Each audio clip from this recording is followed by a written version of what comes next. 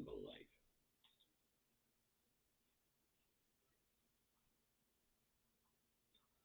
Morning, people. How are we all today?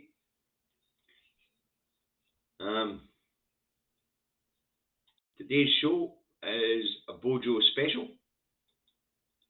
I'm going to talk about what happened yesterday. What actually happened yesterday, what we saw in front of our faces. Okay.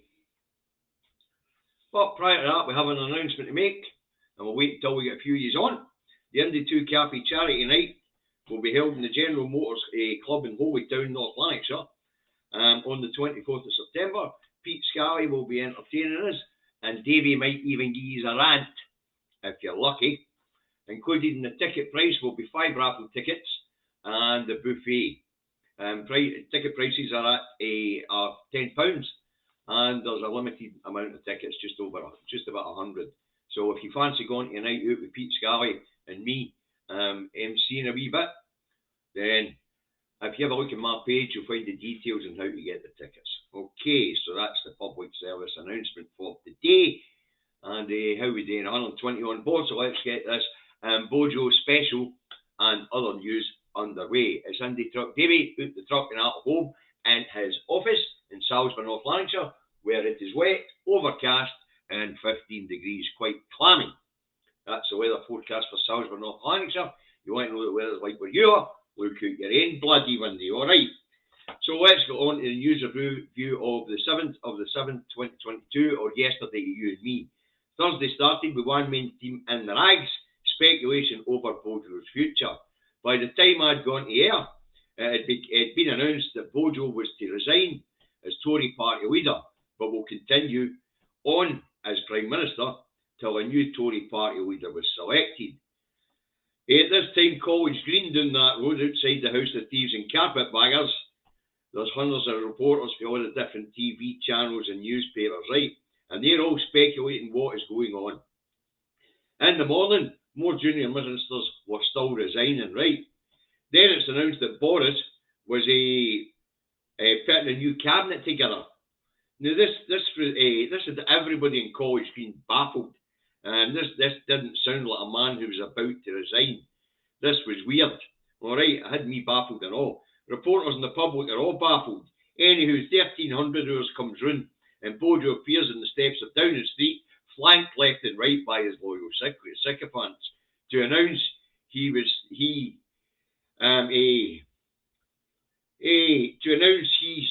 stepping down.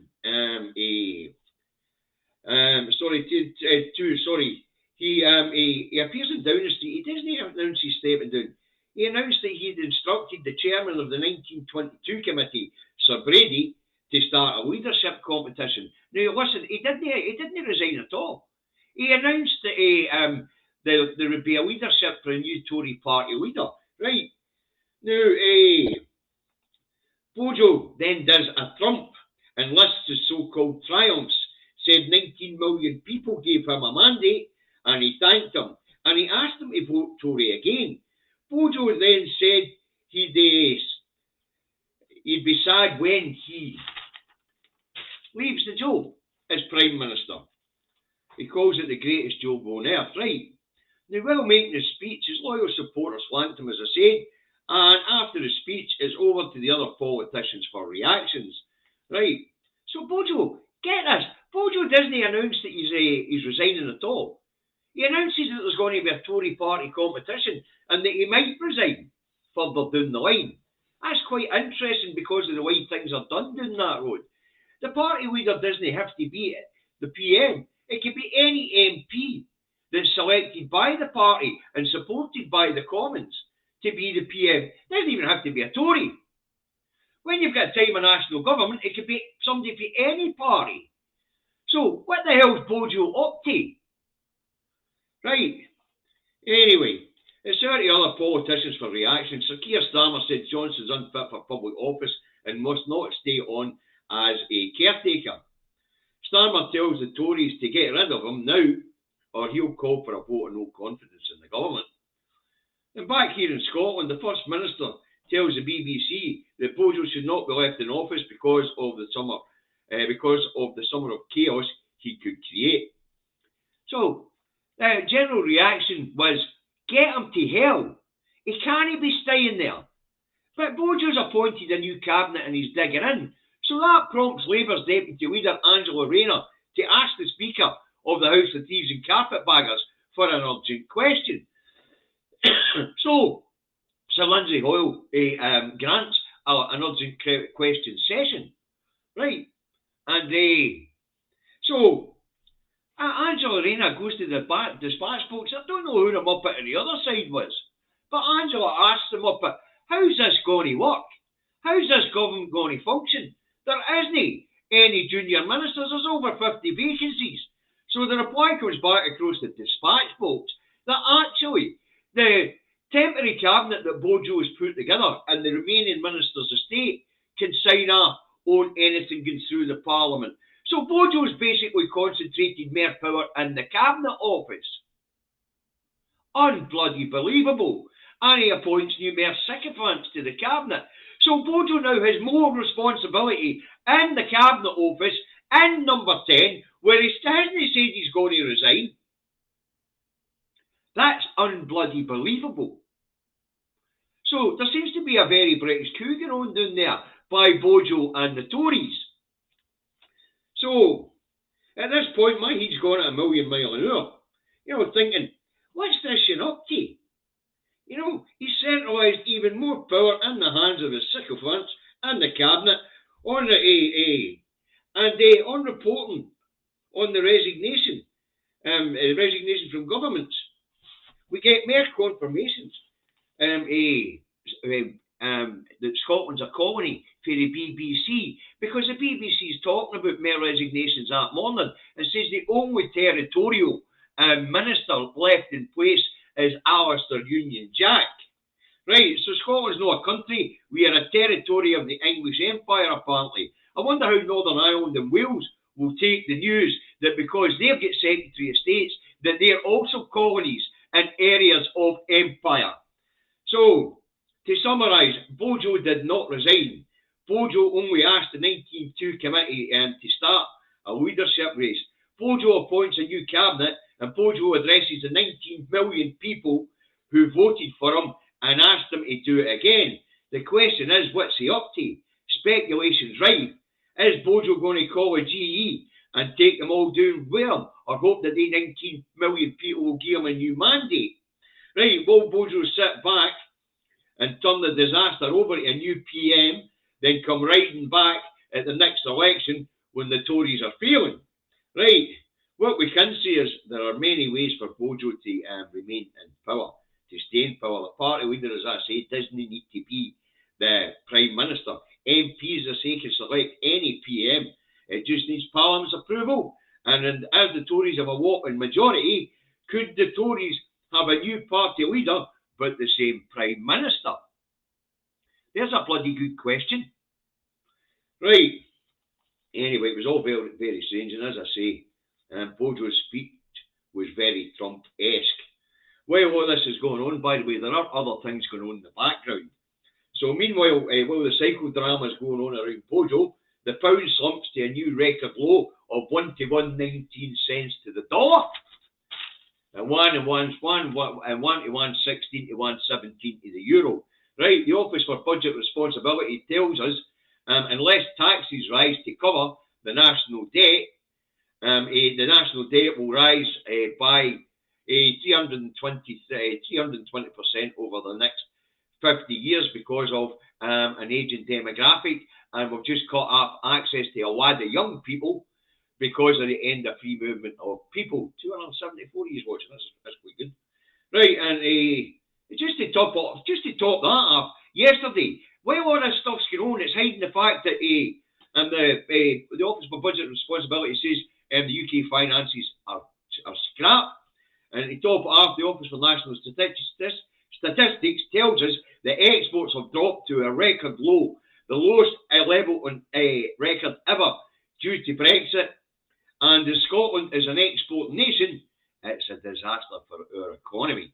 Right, the BoJo psychodrama is also covering up, of course, the Bank of England The Bank of England's Governor, Andrew Bailey, predicting a recession because high energy costs and rampant inflation and Brexit are all whacking businesses. Unbloody believable. So, while the psychodrama's going on outside number 10 and BoJo's digging in, taking even more power into the bloody cabinet, the economy is going to hell in a handbag. Alright. And also Thursday, the Scottish Tories celebrate BoJo's demise and demand he's removed from post haste. Right. And Dross Brett's cover to tell us it will be difficult for BoJo to carry on. Doesn't look like it. It looks like he's taking more power into his own pockets. Right, also Thursday, the National Grid announces a £54 billion upgrade to the grid to carry Scotland's renewable energies from offshore wind around the UK. Also Thursday, the international community give their reaction to the psychodrama playing out at the House of Thieves and Carpetbaggers. Right, everybody's laughing and happy. The coin's going, except for the Ukrainian leader Vladimir Zelensky. Zelensky phones BoJo to say he's sorry, BoJo was gone. But the thing is, BoJo's not going anywhere. Not at this point in time, and we don't really know what he's up to. Right, the EU want a serious politician up to replace BoJo, and the Yanks don't give a fuck as long as BoJo doesn't mess with the Good Friday Agreement. And so the thing about that is, right, the NI Protocol Bill gets its final reading in the Parliament next week. Who's presenting it? Although he did appoint a new Northern Ireland minister right now. You know, another Northern Ireland territorial minister. In other words, a Governor bloody General.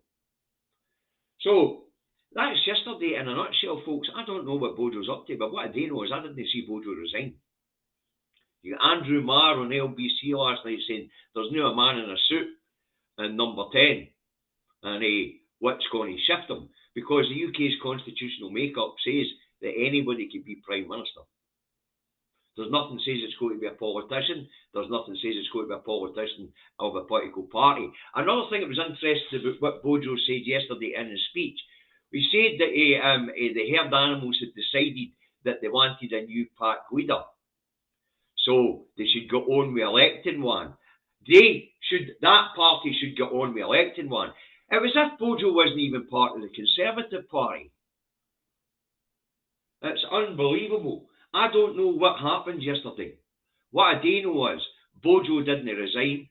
BoJo's brought more power into the cabinet because Angela Rayner asked how the government was going to run, and she was told the remaining new cabinet Secretary of States for the government will sign off on anything that needs done, meaning they don't need to replace the 50 undersecretaries. I don't really know what's happening, folks, but I'm keeping my eye on it really, really closely. As I say, yesterday was as strange as it gets, but in the background there was weens of bad news coming out. And you're right, BoJo is more dangerous now than he's ever been. As I say, he's concentrated all that power in himself and in the sycophants round about him, and he's got until October at least to wreak havoc, or maybe even go to the public for a new mandate for him to stay as Prime Minister. So, I really, really haven't got a scooby. It could well be that this is a Tory wheeze to hide the economic disaster which is unfolding in front of our eyes as our economy contracts at the fastest pace that it's ever contracted at. Unbelievable. But as I say, it could well be at the end yet the Tories have a new party leader but the same PM, because constitutionally that's possible. So I think we might well just have been had. It could be a very British coup. Remember all that power and all the bills they've just introduced down that road. This is a worry. And of course openly admitting that Scotland is a colony for exploitation, and now telling Wales and Northern Ireland they're the bloody same. I wonder how the peoples of these places are going to take it.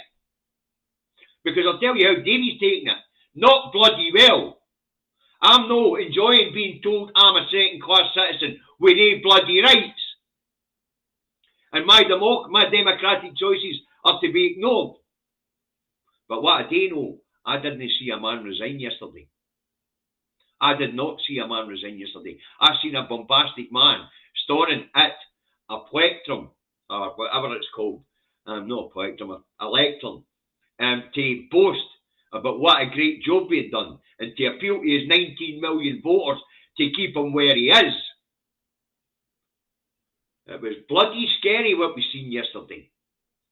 I don't know what he's up to, but because there is no constitution, and remember that there is no written constitution, there are many ways that BoJo could stay in office. And I think we are being duped as we watch the catastrophe that is Brexit and the economic crash that they have created unfold. But either way, BoJo is going to be there in October, and the damage he could do in that period of time, and the thievery and the corruption that could be put in place in that time, I have no idea. But what I do know is BoJo didn't resign. He said he might resign further down the line. Might. And I didn't see a man who was contrite. I didn't see a man who was given a resignation letter. I seen a man who was bloody well digging in. That's what Davy saw. Right, so that's what I've got for you this morning, folks. That's a BoJo special. Let's see what the rags have got to say about what they seen yesterday, shall we? Scotland's rags this morning. Scotland's papers going, but not gone. And Johnson, the end. The Scotsman has going, but not gone. The 5 PM says he will resign when a new leader is elected, but Sir John Major urges him to go or be removed. And that's because BoJo lies. He says he'll resign, or he said he might resign. I didn't hear him say he'll resign. All I heard him say was he'd tell Sir Brady to get a competition going for a new leader of the Tory party. The Herald has Johnson, the end. As we've seen at Westminster, the herd instinct is powerful, and when the herd moves, it moves. And my friends, in politics, no one is remotely indispensable. Now, he seems to think he is. The Eye has downfall. And the downfall, it's one word headline in the Eye newspaper. It's bullet points, the main newsline saying that Boris Johnson blamed the herd mentality and his MPs for having to surrender. The best job in the world. And he also attacked eccentric rebels in the Tory party in his speech outside Number 10. To say very, very defiant, didn't look like a man that was resigning. The Daily Record has Partygate, Chris Pincher, Dominic Cummins joking about minors, care home deaths, 120k wallpaper, flouting face mask rules, Jennifer Curie, sky-high taxes, inflation, betrayed Northern Ireland, Afghanistan evacuation shambles, privatising Channel 4, Nazim Zaghari Radcliffe, Starmer's Savile slander, and lie after lie after lie. Worst Prime Minister ever. The National has leave means leave. 12-page special report. Johnson resigns but won't quit for months. He didn't resign. He said he will. And he's a liar. He's a known liar. The Metro has Storm as PM quits but stays. Leave means leave. Demands Boris Johnson stands down. Not wait until the autumn. The Times has Johnson throws in the towel. The Daily Telegraph has PM's long goodbye leaves UK in state of paralysis.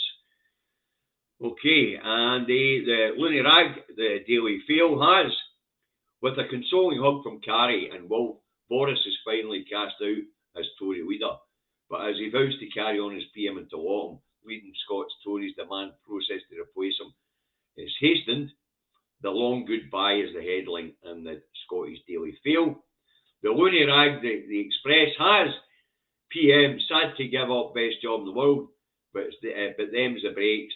Thank you, Boris. You gave Britain back its freedom. No, he didn't. He took our freedoms away. We are no longer free to move, live, love, study in 27 other countries.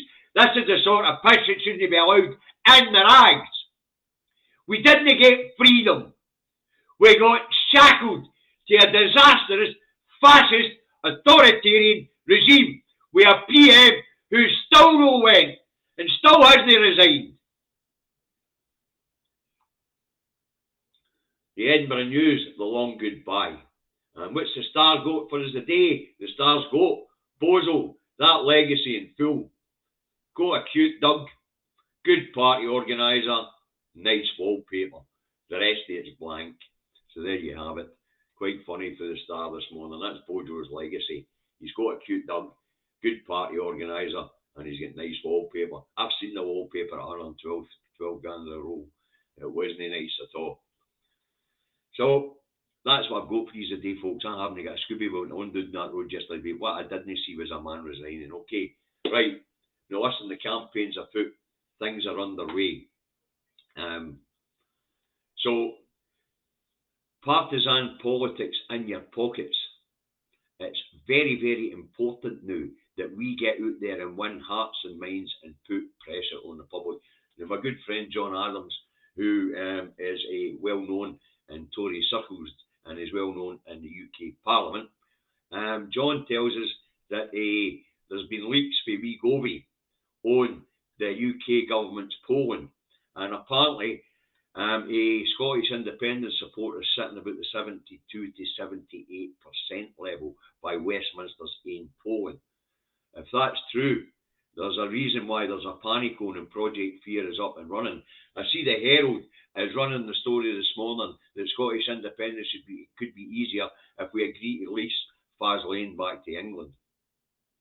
So, as I say, Project Fear is underway, folks. So, partisan politics in your pockets, eyes on the prize, get out there and win hearts and minds. Don't forget to learn your how you gonies. Okay, right, support independent broadcasters. Okay, support the independent media, support Broadcasting Scotland, Independence Live, Indie Live Radio, Norrie doing it at caledonmedia.com. Support the national newspaper and support independent vloggers and bloggers. And if they've got a crowdfunder going and you can afford to throw a few shekels in the pot, it's highly important that these guys keep doing what they're doing. And as you know, we don't want your money, me and my associates. If we can't pay for it ourselves, we're not doing it. But what we would like you to do, if you enjoy the stuff that we do, please share it around. It's important that people are aware of what's going on, and it's important to hear it in their own language. Okay. So, and health messaging, folks. COVID's still on the rise. So, cover up. There are two remaining pieces of guidance. Face coverings and enclosed public spaces. Clean hands and surfaces regularly. That's the last two bits of guidance. Okay. Now, if you're feeling a wee bit ill, like Sarah is at the moment, when you're out and about, mask up and social distance. And if you're still testing like Sarah is, submit your test results to NHS Scotland to try and keep an eye on how much of this is kicking around. Another wee interesting thing that was hidden in the noise and the psychodrama down that road. I don't know how bad it's going to get, but the UK government's just spent £2 billion on PCR tests. Keep that in mind. All right. You guys have a lovely day and have a lovely weekend. I don't intend to broadcast over the weekend if I can help it. Hi, Jenny. But if something comes up or some information comes into my possession, which sometimes happens through the network of friends that keep me informed, I'll let you know about it. But apart from that, I don't intend to be on. So you guys have a lovely weekend. Jenny, I'll see you at 4 o'clock this afternoon in that Zoom meeting. Okay? And you guys look after yourselves and have a wonderful weekend. As I say, the Indytruk Davy charity night, if you can make it, the details are on my Facebook page. Okay, so that's it for just now, folks. Have a nice weekend.